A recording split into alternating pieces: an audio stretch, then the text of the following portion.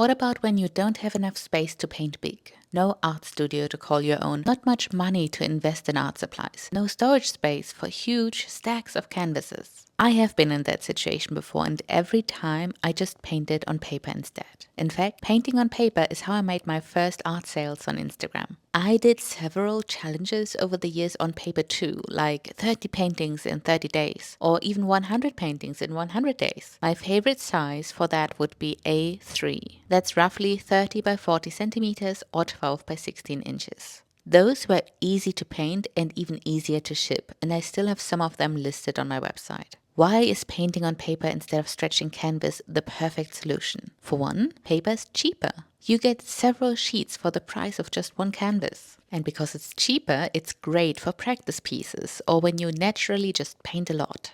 Also, you can throw away a painting you don't like. I personally rather overpaint them, but sometimes the frustration just runs too high and discarding paper is so much easier than a canvas piece. They make great gifts for your loved ones. And the ribber frame from IKEA elevates them perfectly. If you have a little to no space, storage is easier as paper does not take up a lot of space. I put glassine paper between the different pieces so they don't stick together. Shipping is also way less expensive and a great way to get used to shipping art with lower stakes than, say, a giant canvas piece. My favorite part? You don't need an expensive camera to start making prints. You can just scan your art and make them available as prints and phone cases and whatnot without investing in a photographer or heavy equipment. All you need is a copy shop or your scanner at home. I got mine secondhand for $40. And I made an online course how to make prints from your paper pieces by scanning them. It's linked in the description below.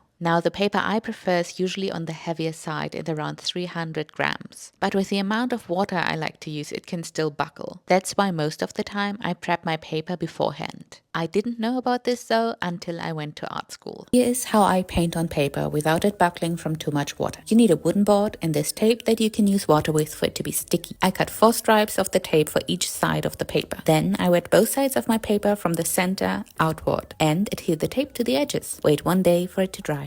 I adore painting on paper still, and it helps me offer a wider range of price points too. While my canvas pieces are on the higher end, paper pieces are a bit more affordable, and my collectors love to buy more than one painting and create gallery walls with them. Have you seriously considered painting on paper and selling it? Don't snub it until you've tried it. The piece I've been painting throughout this video, by the way, is called Just Around the Riverbend and available on my website. Let's make the world a more colorful place, one painting at a time. See you tomorrow.